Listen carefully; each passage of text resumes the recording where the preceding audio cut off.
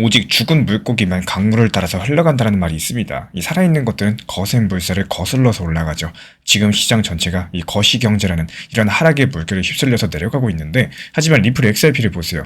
이 모두가 떠내려가는 와중에도 나홀로 흐름을 거스르면서 상위로 향하고 있습니다. 작년까지만 해도 500원, 700원이었던 가격이 어느새 3,000원, 4,000원대까지 올라왔고요. 이에 따른 상승 추세는 아직까지도 진행 중에 있다는 거고, 이 거대한 생명력, 즉 기관들이 설계한 구조적인 힘이 작용하고 있다는 명백한 증거다라고 볼 수가 있겠습니다. 여기서 선택을 하셔야겠죠. 이런 흐름에 휩쓸릴 것인지 아니면 거슬러 올라가는 힘에 편승을 할 것인지, 선택은 우리 신사 채널 구독자분들 몫입니다. 이번에 방금 전 발표된 미국 신규 발표랑 함께 이번 영상도 힘차게 시작해 보도록 하겠습니다. 구독과 좋아요, 알람 설정만 부탁드릴게요. 우리 채널이 움직일 수 있는 원동력입니다. 마치 고요한 호수 위에 잔잔히 던져진 작은 돌 하나처럼 이 21만 6천 건이라는 숫자가 오늘 시장 한복판에 파문을 일으키고 있습니다. 겉으로 아무 일도 없는 것처럼 보이지만요, 이런 작은 흔들림 뒤에서는 거대한 세력들이 조용히 방향성을 바꾸고 있는 모습들이 드러나고 있다는 거. 당장 어제까지만 해도 고금리 시대는 이제 끝났다, 이런 기대감이 조금씩 퍼지고 있었습니다. 하지만 미국의 주간 실업수당 청구 건수가 21만 6천 건을 기록을 했고요. 예상보다 너무나도 강력하게 나온 순간 이 시장의 공기는 단숨에 달라졌었죠. 이 숫자가 말해주는 것은 단순한 고용세의 호조가 아닙니다. 미국 연준이 금리를 내릴 이유가 없어졌다는 뜻인 거고, 이 돈의 수도꼭지가 더 오래 잠겨있을 가능성을 의미를 해주고 있습니다. 보통 이런 상황이면 암호화폐 시장은 그대로 무너져야 되는데요. 비트코인도 이더리움도 이 긴축 발표만 나오면 맥을 못 추던 것이 지난 몇 년간의 시장 모습이었습니다. 하지만 현재 시장, 오히려 시장 전반적으로 다시 한번 반등을 주고 있다는 상황인 거고, 여기에 대해서 시장 구조 분석가 벤 말레나는요, 지금 XRP 안에서 벌어지고 있는 상황을 단순한 가격 변동이 아니라 구조적인 긴축이다라고 정의를 했습니다. 여기서 말하는 긴축 같은 경우는 미국 연준의 긴축이 아닙니다. 이 팔 사람이 사라지는 현상, 즉 매도 측 유동성이 증발하는 완전히 다른 종류의 긴축입니다. 정말 이상하죠. 이 가격이 오르면 팔고 가격이 떨어지면 사는 게 일반적인 대중들의 심리입니다. 하지만 리플 XRP는 지난 몇 년 동안 이런 지루한 횡보세, 소송 리스크, 이런 것들 속에서 단기 투자자들의 물량이 거의 사라졌다는 거예요. 이 반대로 수년 동안 기밀 유지 협약 NDA에 가려졌었던 기관들은 그 기간 동안 조용하게도 누구에게도 들키지 않게 물량들을 확보하고 있습니다. 그리고 올해 11월 그 NDA들이 하루씩 만료가 되기 시작을 했어요. 이 과거에는 아무도 몰랐던 파트너십, 통합적인 계획, 기관도의 십전들 줄줄이 밖으로 나와주고 있다는 거. 이 숨겨진 그림들이 하나씩 뒤집히면서 진짜 지도를 드러내는 것 같은 순간입니다. 이런 그림의 중심에는 에버노스가 있는데요. 이 기업이 단순한 투자 펀드가 아니라 이 재무기업, 즉 금융 시스템의 심장부에서 돈의 흐름을 설계하는 기관입니다. 이 비트코인 ETF처럼 수동적으로 자금을 받아서 매수하는 이런 방식이 아니라요, 약 10억 달러 정도의 자본을 들고 직접적으로 공개 시장에서 XRP를 매수하고 있다는 거. 여기서 중요한 건 딱 한 가지입니다. 이들의 매수 자체가 이 리플사와의 장외 거래를 통한 확보가 아니라 실제 거래소에서 이 호가창을 긁는 방식으로 실제로 이루어지고 있다는 사실입니다. 이 말인즉슨 현재 시장에 올라온 매도 주문을 그대로 비워내면서 가격을 위로 밀어 올린다는 뜻이에요. 바닥부터 위로 무너뜨리듯이요. 그렇다면 여기서 왜 굳이 공개 시장을 선택을 했을까? 이것이 바로 2025년 XRP 시장을 설명할 수 있는 가장 큰 핵심이 되겠습니다. 리플사의 직접 판매가 규제랑 구조조정으로 제한되었기 때문인데요. 기관들이 XRP를 확보하려면은 결국에 거래소로 가야 되고, 거래소에서는 이미 소매 투자자들의 물량이 거의 남아있지 않습니다. 물량이 희소해지면은 가격은 작은 충격에도 반응을 하겠죠. 이런 것들이 바로 벤 말레나가 말한 구조적인 긴축, 즉 매도 측 유동성 위기입니다. 이 시장에서 남는 건 누굴까요? 팔려는 사람은 사라질 거고 살려는 사람만 남아 있습니다. 에버노스, 기관 ODL 수요, 뒤늦게 뛰어드는 소매 투자자들까지 합쳐진다? 그렇다면 시장은 점점 더 비정상적으로 무겁게 위로 당겨질 거라는 거예요. 그렇다면 이제부터 이야기는 더 깊어집니다. 그동안 XRP는 가격이 아니라 역할로서 평가받아야 된다는 논쟁이 계속되어 왔었죠. 하지만 말레나는 그 역할을 평가하는 방법 자체가 달라져야 된다고 말을 합니다. XRP의 가치는 미국 달러가 아니라 비트코인 기준으로 평가해야 된다는 주장인데요. 왜냐하면 달러는 더 이상 XRP의 진짜 가치를 보여주는 지표가 아니기 때문인 거고, 미국 연준의 금리 정책, 인플레이션, 금융 환경이 달러 가치를 끊임없이 흔들기 때문입니다. 하지만 비트코인 같은 경우는 암호화폐 시장의 기준 자산이자 모든 유동성의 출발점이죠. 그리고 XRP는 2017년에 이미 비트코인 대비했을 때 사토시 단위로 고점을 넘었던 거의 유일한 알트코인이었습니다. 올해 2025년의 차트 자체가 지난 2017년을 다시 닮아가고 있다는 거고, 거대하게 수렴하면서 잠들어있던 변동성들, 억눌려 있는 가격까지도, 그리고 그 아래서 끌어오는 거래량과 함께 이런 모든 조각은 XRP의 상승 방향을 가리키고 있다는 거. 이제부터 리플은요, 이 비트코인을 따라가는 자산이 아니라 자체 생태계의 힘으로 올려는 독립자산의 길로 들어섰다는 신호겠습니다. 여기에 ODL의 특성까지도 더해진다면 그 이야기는 완전히 달라지겠죠. ODL 같은 경우는 송금 금액만큼의 XRP를 필요로 합니다. 가격이 낮으면 더 많은 XRP가 필요하고요. 가격이 높으면 적은 XRP로도 거래가 가능해집니다. 결국에 시스템의 효율을 위해서 가격은 일정 수준 이상 유지가 되어야 되고, 이런 것들이 기관들이 높은 가격에도 주저없이 매수하는 이유가 될 거예요. 그리고 마지막으로 이야기 드릴 게 2026년 1분기 이후에 도래할 수 있는 대분리인데요. 그때쯤이면 에버노스의 매수는 본격적으로 완료가 될 거고, NDA 만료로 드러난 각국의 결제망이 실제 가동되기 시작을 할 겁니다. XRP가 더 이상 단순한 알트코인이 아니라 이 글로벌 결제 브릿지 통화라는 새로운 정체성을 얻게 될 겁니다. 이런 시점에서 비트코인과의 상관관계는 희미해질 거고요. XRP 가격은 오로지 사용량과 기간 수에 의해서 결정되는 구조로 바뀌게 될 겁니다. 이 과거의 저항선들은 지지선으로 변화가 될 거고, 가격 층위 자체가 바뀌게 될 거예요. 결국에 우리가 보고 있는 21만 6천 건의 실업수당 청구 건수는요, XRP한테 아무런 영향도 미치지 못하게 될 겁니다. 이 거시경제가 주는 압박조차도 XRP 내부에서 벌어지는 이런 구조적인 재편 앞에서는 힘을 잃어가게 된다는 거. 이 시장은 금리 인하를 기다리지만요, XRP는 금리랑 상관없이 자기 길을 가고 있습니다. 그렇다면 여기서 중요한 거는 과연 누가 XRP 공급을 통제하고 있는가, 그리고 그 정답은 점점 더 명확해지고 있다는 거. 첫 번째가 기관일 거고, 다음으로 계약, 그리고 사용량과 함께 뒤늦게 움직이기 시작한 거대한 금융 인프라가 되어줄 겁니다. 벤 말레나 측에서는 이렇게 말을 했어요. 이 준비한 사람에게는 기회였지만 머뭇거린 사람에게는 닫힌 문이 된다는 거. 오늘 시장은 이런 말의 의미를 조용하게도 하지만 분명하게 보여주고 있다는 사실 기억해 주시기 바랍니다.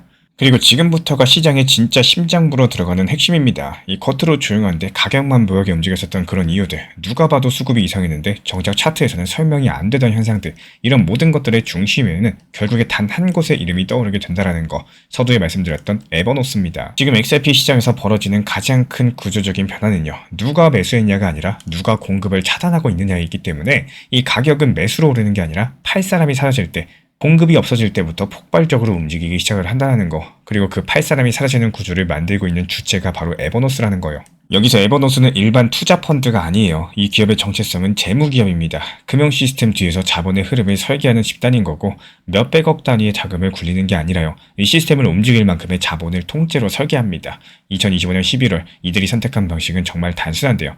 스펙 합병을 통해 가지고 조달한 천문학적인 자금을 들고 XRP를 직접 매입하는 거. 여기서 직접이라는 말이 핵심입니다. 이 보통 기관들은 대량 매입할 때 리플사랑 OTC 거래를 통해서 조용히 가져가죠. 시장 가격에 영향도 없고 세간의 관심도 피할 수 있으니까요. 근데 지금은 그 OTC 파이프라인이 사실상 막혀 있습니다.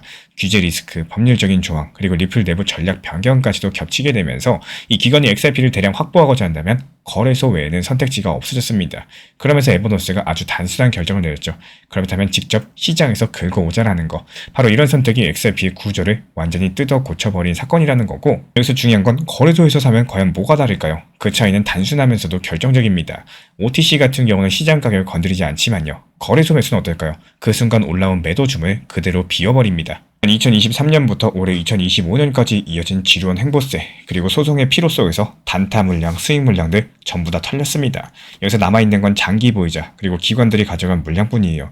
즉 현재 팔 사람 자체가 사라진 시장이라는 거고, 이런 상황에서 에버노스가 들고 들어온 금액들은 몇억 달러가 아니라 10억 달러, 우리 돈으로 1조 4천억이 넘는 규모입니다. 팔 사람들은 없고 살려는 사람만 10억 달러가 있어요. 이거는 가격이 오르는 게 문제가 아니라 가격이 버틸 공간 자체가 사라지는 구조겠죠.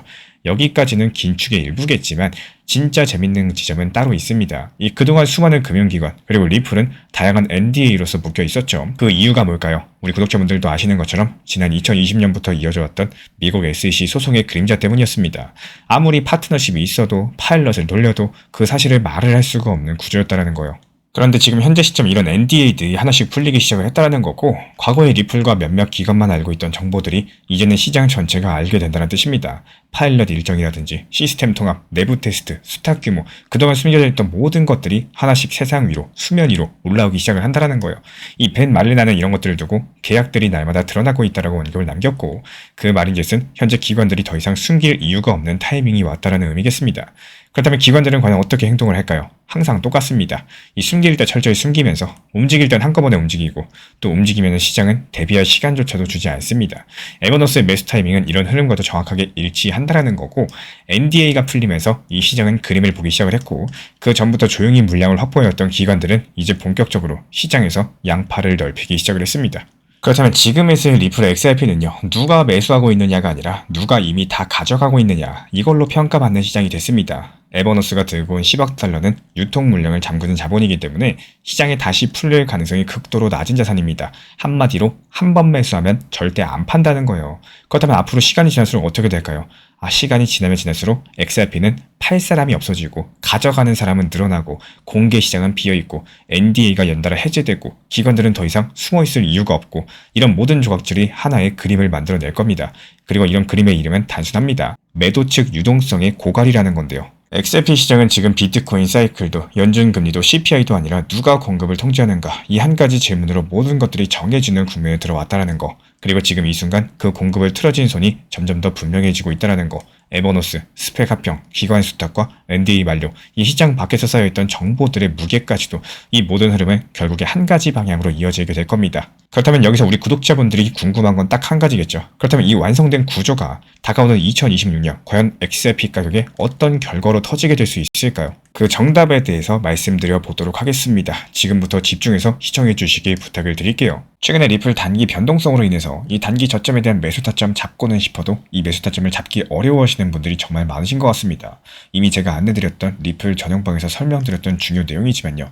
핵심 내용 6가지로 노하우 압축해서 한번 설명드려 보려고 합니다. 유튜브에서도 업로드 드리면서 짧게 설명드린 내용이지만요. 조금 더 쉽게 설명드리기 위해서 정보방에서 안내드린 내용으로 설명드려 보도록 하겠습니다. 우리 코인 신사 채널 5강 영상이에요. 리플 바닥 신호 잡기로서 조금 더 쉽게 단기 저점 찾아내는 방법이고요. 리플 XRP에 대한 이 단기 고점에 대한 매도 중요하겠지만요. 지금 같은 시장에서는 이런 단기 저점들을 얼마나 잘 찾아내고 여기에 대해서 원칙 매매를 활용할 수 있는지가 정말 중요한 타이밍입니다. 예를 들어가지고 강력하게 폭락하는 공포 구간에서의 바닥 신호라거나 이에 따른 거래량 움직임이 어떻게 됐을 때 바닥인지, 그리고 지지 구간 잡는 방법이라든지 각종 보조 지표를 활용해가지고 하락 음봉 패턴에 대해서 분석 도움 드리고 있고요. 여러가지 다양한 방법으로서 6가지 내용 중에 앞부분만 짧게 설명을 드려봤습니다. 이 시간 관계상 전체적으로 설명드릴 수가 없기 때문에 필요로 하시는 분들께서는 리플 전용 정보방 신청 주시면 참고해 보셔도 좋으실 것 같습니다. 단순하게 고점에서 매도에 대한 욕심만 생각하시다 보면은 결국에 단기 저점이라는 이런 중요 타점을 놓치게 되는 경우가 상당히 많습니다. 정보 커뮤니티에서도 중요 타점 찾는 내용에 대해서 안내 드리지만요. 이 단기 저점에 대한 분할 매수, 여기에 대해서 중점적으로 안내드리는 이유가 시장이 안 좋았을 때 이 단기 저점 가치도 잘 활용할 줄 아신다면 결국에 시장이 다시 살아났을 때 단기 고점에서 만족할 만한 결과값을 만들 수 있기 때문이겠죠. 우리 정보방에서 영상 안내드리고 있기 때문에 필요로 하신 분들께서만 입장 신청해 주시면 안내 도움 드릴 예정이고요. 단 항상 말씀드린 것처럼 업비트, 빗썸, 현물 매매로서만 안내드리기 때문에 비중 조절, 원칙 매매 제대로 활용하실 분들께서만 입장해 주시면 감사하겠습니다. 이 시장이라는 건요, 단순하게 누가 매수하느냐로 끝나는 게 아니라는 거, 그 매수가 무엇을 의미하는가가 정말 중요합니다. 지금 많은 분들께서 XRP 가격을 달러 기준으로 보고 계시죠. 3달러냐, 5달러냐, 10달러냐. 하지만 그 시야 자체가 이미 틀려 있습니다. 이 달러는요, 연준의 금리랑 인플레이션에 따라 가지고 그 가치가 흔들리게 됩니다. 말 그대로 어제의 1달러랑 오늘의 1달러는 똑같지가 않습니다. 근데 암호화폐 세계는 다르죠. 여기서 진짜 가치를 평가하는 기준은 비트코인 대비 가격, 즉 사토시 단위입니다. 이 시장 지배력과 유동성의 중심에 있는 비트코인을 기준으로 보셔야지 자산의 진짜 힘이 드러난다는 거예요. 그리고 이런 이야기는 자연스럽게 2017년으로 이어지게 됩니다. 그 당시 알트코인 수천 개가 존재했었지만요. 비트코인 대비 과거 최고점을 돌파한 자산은 딱 2개뿐이었어요. 그 중에 하나가 바로 리플 XRP였고 이게 단순한 체급 싸움 수준이 아니었습니다. 비트코인의 유동성을 흡수했던 자산이라는 뜻이고요. 진정한 독립성을 가졌다는 신호이자 시장 구조 전체가 특정 자산을 향해서 쏠릴 때 어떤 일이 발생한지를 보여주는 장면이었습니다. 2025년 11월 이번 달 현재 XRP BTC 차트는 그 2017년 직전과 놀라울 정도로 닮아 있다는 거고 변동성이 압축돼 있어요. 그리고 수렴되면서 좁아지고 있어요. 그리고 그 아래서 서서히 쌓여가는 힘들을 봤을 때 마치 이 숨을 깊게 들이마시고 있는 활처럼 이 탄성이 늘어나는 소리가 들릴 정도입니다. 여기서 중요해지는 것은 단순한 패턴이 아니라 왜 이런 구조가 반복이 되느냐겠죠. 그 정답은 지금까지 우리가 따라온 이야기 속에 이미 숨어 있습니다. 영상 서두에서 우리는 거시경제는 긴축인데 XRP만 역행하는 모습을 살펴봤습니다. 기관이 공개시장에서 직접 매도 물량을 흡수하는 구조를 확인했습니다. 그리고 이제 그 구조가 가격을 어떻게 터지는지를 바라보는 겁니다. 이 구조에서 가장 중요한 결론은 단순해요. 이 시장 가격은요, 외부 요인이 아니라 내부 구조에 의해서 결정이 된다는 거. 2026년은요, 그 구조가 완전히 드러나는 시기가 될 겁니다. 그 이유는 크게 세 가지로 볼 수가 있는데, NDA가 해제된 후에 드러나기 시작한 이 기관들의 채택과 통합 일정들이 2026년부터 실제 시스템으로 가동되기 때문입니다. 지금까지는 준비된 수요였다면요, 2026년은 실제로 돌아가는 수요가 될 거라는 거. 그리고 다음으로 에버노스랑 수탁기관, 대형 금융기관이 여기서 가져간 XRP 물량이 시장에 돌아오지 않는 구조로서 고착이 될 겁니다. 이런 것들이 곧 가격이 기초적으로 안정되는, 비싼 가격이 오히려 더 효율적인 구조로 전환된다는 뜻이겠죠. 그리고 마지막으로 달러가 아니라 비트코인 기준으로 봤을 때 XRP는 이미 재상승 구조의 초입에 들어서 있어요. 비트코인이 흔들려도 리플 XRP는 자기 사이클을 만들어갈 준비가 끝났다는 뜻입니다. 그리고 바로 이 지점에서 시장이 가장 두려워하는 단어 하나가 떠오릅니다. 대분리라는 건데요. 이 말이 난해하게 들릴 수 있겠지만 그 사실은 정말 단순해요. 그동안 모든 알트코인은 비트코인을 따라 움직였죠. 비트코인 오르면은 같이 따라 오르고 비트 빠지면 또 같이 빠지고, 근데 XRP는 지난 2017년에 이미 한번 그 틀을 깨고 자기만의 사이클을 만든 경험이 있었다라는 겁니다. 2026년에 다시 그 패턴이 반복될 가능성이 높기 때문에 이번에는 심리나 기대감 자체가 아니라요, 이 시장 구조 자체가 XRP가 독립적으로 움직일 수밖에 없도록 설계되어 있기 때문인 거고, 기관 측에서 잠금 물량들, 거래소에서 사라진 유동성들, 풀리고 있는 NDA, 보이는 파트너십, 잠묵적인 합의까지도 2025년 말까지 이어진 이런 기관들의 조용한 매집세, 이 모든 것들이 XRP를 이제 누구의 그림자도 아니라 자체 구조로 움직이는 자산으로 다시 세워주고 있습니다. 이제 미래를 한번 상상해 볼게요. 2026년 어느 날부터 비트코인은 횡보합니다. 시장은 조용할 거예요. 대부분의 코인들은 지루하게 옆으로 흘러가게 될 겁니다. 그런데 리플 XRP만 서서히 위로 고개를 들기 시작을 할 겁니다. 이건 펌핑이 아니라 기관이 잠가든 구조에서 이 수급들이 자동으로 위로 밀려 올라가는 장면인 거고, 이런 현상을 이해하셔야지 왜 많은 분석가들이 26년 XRP를 역할로 평가받는 해라고 말하는지 아실 수가 있습니다. 이제 결론은 아주 명확합니다. XRP가 누가 샀는지가 아니라 누가 공급을 통제하는지가 결정을 하고, 달러 가격이 아니라 비트코인 대비 강도가 진짜 가치를 결정하고요. 거시경제가 아니라 시장 내부 구조가 가격을 끌어올리는 시대에 들어가고 있다는 거. 2025년 11월까지 XRP는요, 말 그대로 예고편이었습니다. 2026년은 그 예고편이 현실이 되는 해라는 거고, 우리는 이제 그 문 앞에 서 있습니다. 이번 영상을 끝으로 우리 구독자분들께 드리고 싶은 말씀은요, 이 최근까지 나왔던 하락장에서 내가 할 일은 포기하는 게 아니라 더 낮은 단가, 더 넓은 여지를 준비할 줄 아는 힘, 지금 시장이 답답하고 리플도 비트도 힘을 못 쓰고 뉴스만 보면 불안한 마음들이 커지는 시점 저도 잘 알고 있습니다. 사실 이런 구간에서 어떤 마음가짐을 갖느냐가 앞으로 6개월, 1년 뒤의 결과를 완전히 갈라놓는 핵심이 되어줄 거예요. 지금 코인 투자를 그만두실 게 아니라면은 좋든 싫든 하락장에서 해야 될 일은 단 한 가지입니다. 낮은 단가를 확보하시고 앞으로의 반등을 준비하세요. 많은 분들께서 조금 더 오를 때까지 지켜봐야지, 조금만 더 지켜보고 이렇게 말씀을 하시지만, 실제 투자 시장에서 가장 중요한 거는 내가 원할 때가 아니라 시장이 허락하는 자리, 즉 남들이 두려워할 때 나에게 주어지는 자리에서 움직일 줄 아는 힘입니다. 반대로 시장이 조금만 올라가면 대부분은 또 욕심에 잡아두려고만 하시죠. 조금 더 오르겠지, 아직 팔기엔 아깝다, 이런 생각이 사람을 계속 같은 자리에 가두게 되고 결국에 단기 고점에서 분할 입절을 못하게 만들어버립니다. 하지만 진짜 실력 있는 분들은 이 시장이 올라갈 때 매도할 준비를 하시고요, 시장이 하락할 때 매수할 준비를 하십니다. 이 단순한 말 같아 보이고 쉬워 보이죠? 이게 습관으로 잡히는 그 순간, 그때부터 내 계좌의 움직임은 완전히 달라지기 시작을 할 거라는 거. 이번 시장에서도 누군가는 2740원 근처에서 단기 저점 살려서 추가 매수하셨고요. 지금은 평균 단가 낮아지고 보유량도 늘어나면서 여유있게 그 다음 흐름들 지켜보고 있습니다. 반대로 또 누군가는 불안함에 팔았다가 다시 못 들어가고 또 올라가면 뒤늦게 따라붙었는데 또 떨어지고, 이런 사이클들을 반복하고 있겠죠. 같은 XRP 코인을 매매하고 있는데 누구는 수익 보고 누구는 계속 손실만 보고 있다는 겁니다. 내가 멀리 가기 위해서 짐을 많이 들고 가는 게 좋을지, 혹은 정말로 필요로 한 짐만 들고 가는 게 좋을지 한번 생각해 보셔야 됩니다. 이 결국에 투자 시장에서 저점 이후 반등이 나오는 이유도 저점 구간에서 많은 분들께서 손절을 하고 또 매도를 하셨기 때문에 가벼워진 속도로 그만큼 빠른 반등과 반등폭이 강력하게 나올 수 있다는 뜻이기 때문에, 이런 구간들을 정말 적극적으로 잘 활용하냐 못하냐 차이가 정말 큽니다. 이 리플 정보방 많은 분들께서 신청해주고 계시지만요, 이 무리한 몰빵이라거나 뭐 아니면 도 이런 매매 습관들, 해외 거래소나 선물 매매에 대해서는 말씀조차 드리지 않습니다. 항상 말씀드리는 비중 조절, 원칙 매매, 업비트, 빗썸, 현물 매매로 이렇게 필요로 하신 분들께서만 신청 주시면은 안내 도움 드리겠습니다. 이 결국에 진리는 간단해요. 시장이 좋을 때는 하락장을 대비하시고요, 시장이 안 좋을 때는 그 다음 상승장을 준비하는 분들, 이런 분들만이 살아남으실 겁니다. 이 지금은 힘든 구간이 아니라 내년의 상승장을 오늘부터 준비하는 구간이라는 점 기억해 주시기 바라고요. 결국에 살아남는 거는 이 빠르게 뛰는 사람이 아니라 원칙을 지키면서 오랜 시간 버틸 줄 아는 사람들입니다. 이런 실시간 변동 구간은 정말 몇 시간 안에 지나가는 경우가 많습니다. 이 고래 수급이 갑작스럽게 움직이거나 거래소 물량이 몰리는 순간들 뉴스보다 빠르고요. 차트보다 먼저 반응을 하기 때문에 이런 것들 제때 보지 못하면은 좋은 자리 놓쳐버리고 반대로 위험 신호도 제대로 캐치하지 못하는 경우가 많습니다. 그래서 우리 신사 채널에서 확인하는 고래 수급 변화랑 핵심 가격대, 실시간 흐름 중심으로 따로 정리해서 보내드리고 있습니다. 필요하신 분들은 현재 보이는 번호로 문자 신청 주시면 큰 도움이 되실 거고요.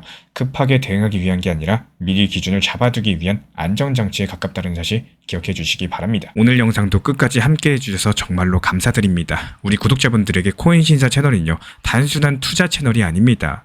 때로는 아들처럼, 때로는 형이나 오빠처럼, 또 때로는 냉정한 전문가로서 그렇게 곁에 있고 싶습니다. 누군가의 아들은 이렇게 말합니다. 괜찮아요. 아직 기회 있어요. 또 누군가의 심리 트레이너는 이렇게 말을 하죠. 지금 흔들리시면 안 됩니다. 이런 타이밍엔 반드시 버티셔야 됩니다. 그리고 때로는 악재가 시작됐기 때문에 지금은 비중 조절할 타이밍입니다. 이렇게 말을 합니다. 그리고 또 누군가의 전문가로서 이 구간은 분명히 좋은 타점이 될 것입니다. 이런 말씀도 드릴 수가 있겠죠. 그렇게 저는 매 순간마다 시장을 바라보고 있습니다. 이 시장이라는 건 늘 변화를 하고요. 감정은 그것보다 훨씬 더 빠르게 흔들릴 겁니다. 하지만 그때마다 우리 코인신사 채널은 밤새 차트 지켜보면서 누군가의 불안이 덜어지기를, 또 누군가의 손실이 멈추길 바라면서 그 마음을 담아서 한 줄 한 줄 브리핑을 시작합니다. 이 투자라는 건 숫자 싸움이 아니라요, 마음 싸움이고 그 심리가 전부인 영역입니다. 이 시장에서 끝까지 버틸 수 있는 힘, 그거는 정보보다 함께 가는 사람에게서 나와요. 우리 구독자분들이요, 절대로 혼자가 아니라는 거를 이 목소리로서 꼭 전해드리고 싶습니다. 오늘도 우리 구독자분들 곁에서 가족처럼 함께 걷는 동반자 코인신사 채널이었습니다.